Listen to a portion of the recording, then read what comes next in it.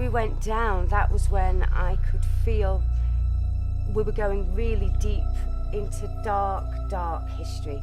And from what I recall, it was religion, it was sacrifice, it was humans, it was children's. It was just a sickly feeling to be channeling down there. Yeah, it was just vile, really, what we were beginning to find in the team.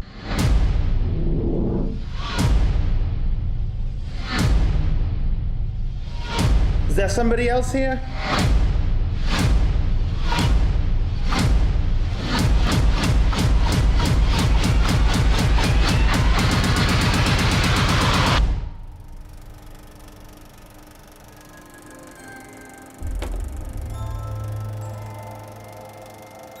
The following program has been filmed for your entertainment.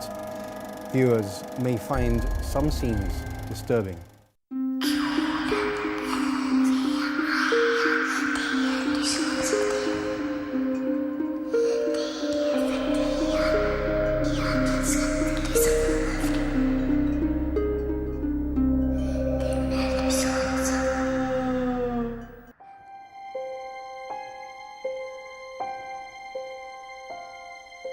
Thousands of tourists come to St. Michael's Cave every year, but few of them ever learn of the darker secrets that these natural walls keep.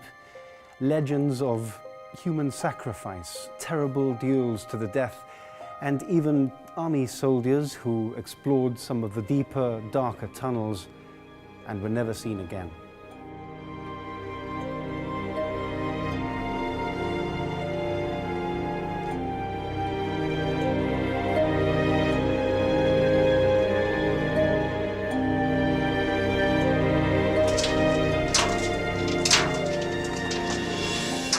Say that in olden times the Greeks, the Romans, before venturing off beyond the Pillars of Hercules, would offer sacrifices in the cave, and maybe some of them were even human sacrifices. They also would leave offerings behind, and in later times during the British occupation, the cave itself was used as a dueling ground. The British troops were forbidden to duel among themselves, but in there nobody would see you, and they would, arrange these private duels. And it is said that they used to duel up in the cave. In the 1800s, there was also a murder case where they found this body in the cave. They didn't know who the murderer was, but the body was left in the cave and it was found there, bundled up in a corner. Now we go to the Second World War. The only casualty ever, or rather person to have died in the new St. Michael's Cave, happened shortly after the cave was discovered. It was discovered in 1942. His name was Sergeant Cook. Now, about 20 odd years ago, I took a friend of mine and a group, and a few months later I went to his house and he said to his wife, who was Spanish, he says, "Tell Tito what you told me when we went to the cave." I said, what is it? He said, "I saw a bloke with a dog down there, a soldier with a dog." And I said, "Well, why didn't you say anything?" He said, "Well, I thought the cave being military and all that, I thought it was one of the guards or something, a keeper." I said, "Well, you've seen the famous ghost of the chap with the dog." And that was that. Now, about a year or two ago, I took a group of teenagers down the cave. And when we came out, one of them says to this girl, says, "Tell Tito what you've told me." I said, "What's that?" He said, "I saw a dog down there." I said, "You saw a dog down there?" I said, "What's your name?" And she told me her name. They go, "Are you the daughter of so-and-so?" And she says, "Yes." They go, "Well, your mother told you, come on." My mother hasn't told me anything. We do know that one individual did pass away in the actual St. Michael's Cave. There's reports of somebody walking in many years ago and never actually walking out again. St. Michael's Cave, we know, was found around the times of the Romans. Since then it has had a lot of different type of uses, including prepared to be an old military hospital. We're not here to change anybody's minds. We're not here to convince anyone. We're here to make a television program, to find answers to questions in a very different way, using technology, using science. Essentially, the idea is that spirits, when they manifest, when they move things, when they go bump in the night, they are, because they are made of energy, this manipulation of the physical world uses that energy, manipulates the energy, or the energy changes around them. So if you're in the right place at the right time when they are manifesting or trying to speak or trying to make a spirit orb of light, for example, there will be a fluctuation in the electromagnetic field in the area. So these devices really, that's all they do, they just pick up on these changes. Now these devices will also pick up a microwave, they'll pick up a power socket, you know, electromagnetic energy is everywhere. But what we look for as paranormal investigators is we look for direct changes in the electromagnetic field when we have asked for an effect or we're expecting something. Or for example, in an area where there are no electrical currents, nothing that could disturb the electromagnetic field. So when there is a complete dead electromagnetic field and suddenly there's a spike or a bit of movement, we kind of get the impression that this could be a spirit manifesting, and indeed sometimes these changes in the electromagnetic field come accompanied with a spirit voice that comes through a digital recorder or through the echo vox or a light orb that someone may have picked up on a camera.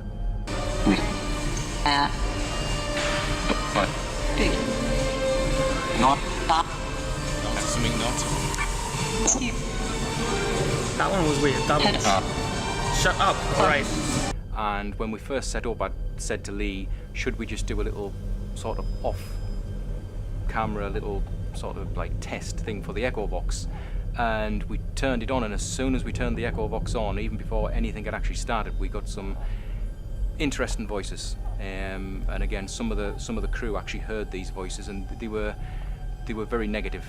For me, very challenging as a medium, because I had to make sure that the energy that I was channeling, it was safe to do so, and there was lots of souls, there was lots of spirit that were all trying to affect the crew in some way, shape or form.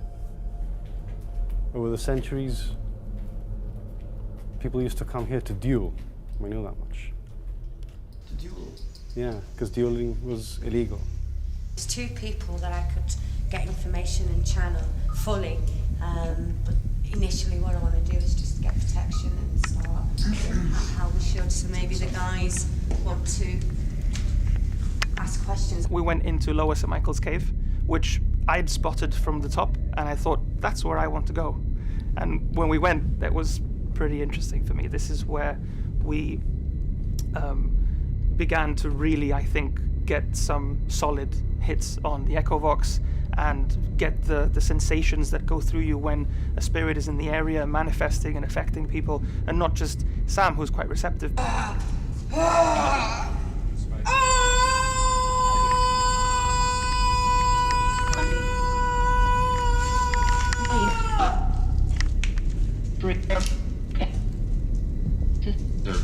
Please help me, please help me, please help me. But also the rest of us. I myself felt very much on edge during that first place already.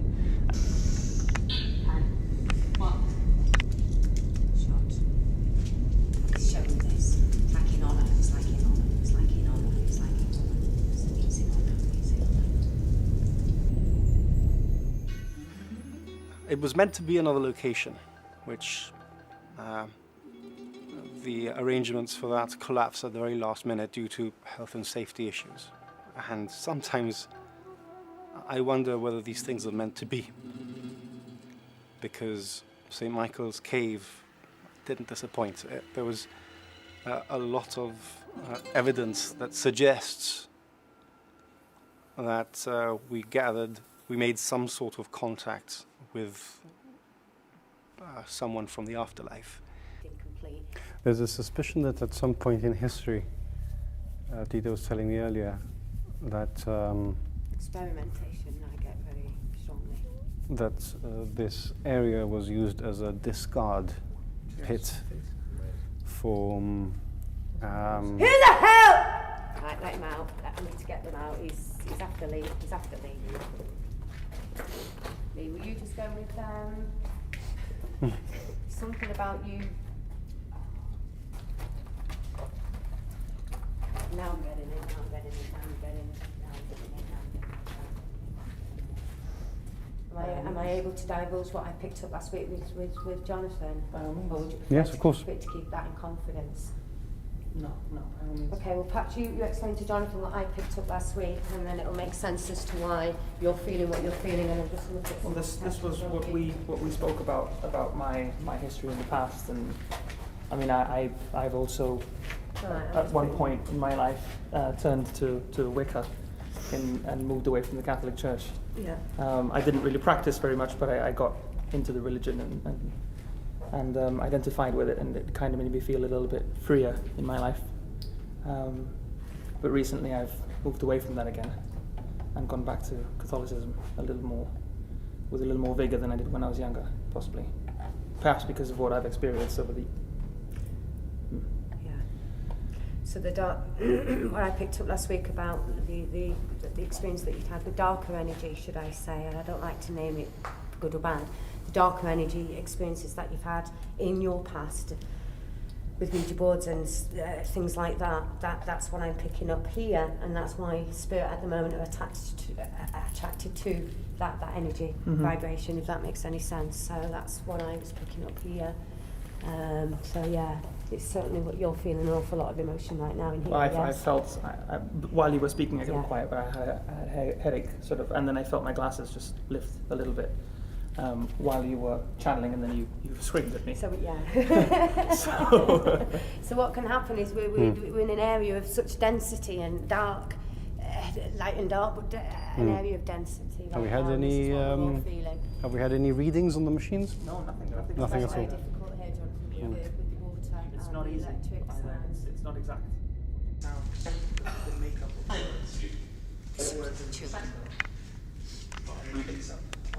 Voices.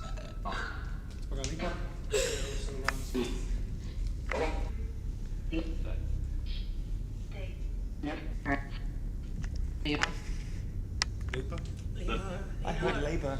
We all heard labour. You can see what's happening with me. Who is here with us? Would you give us a name? Something there. It's something we'll have to listen back to. Yes. Do you want us to get out?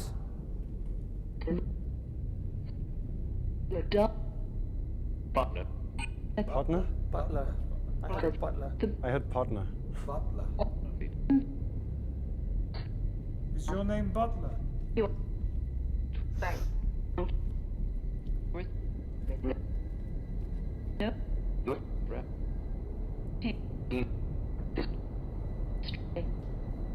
Are you a sailor? Are you a sailor? Butler. Give us a sign, Butler, come on.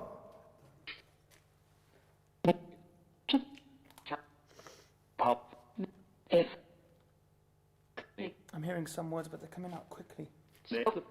Sailor. Did you say sailor? I think that may have been Sailor. If we could play that back. I can't play that back right now. And one of the most interesting Echo Box hits was with Tito. We went down into one of the other sections before we went down into the lower caves, and he mentioned Malquart.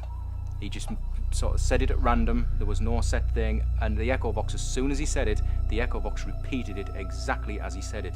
And it was just one of those moments where the hairs on your arms stand up on end, that, you know, this thing can do that. And that was just a really interesting moment. Melquart.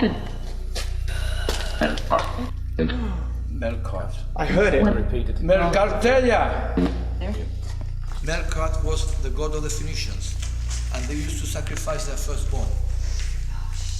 Their first baby, male born, was always sacrificed to Melquart. So God knows if they used to do it here. Yeah. Because it was the Phoenicians who invented the Pillars of Hercules, the end of the world, and Melcartelia, which is the city we have at the bay. Of course. Cartelia, it comes from Melcartelia, Melcartes, their god. We were listening and feeling the impressions of you know, sacrifice and blood and a lot of anguish coming from this place.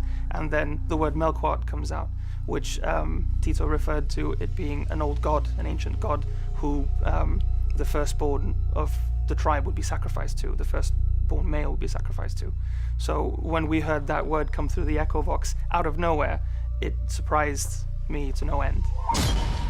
Melkart. Melkart. I heard it. Repeated. Melkartelia.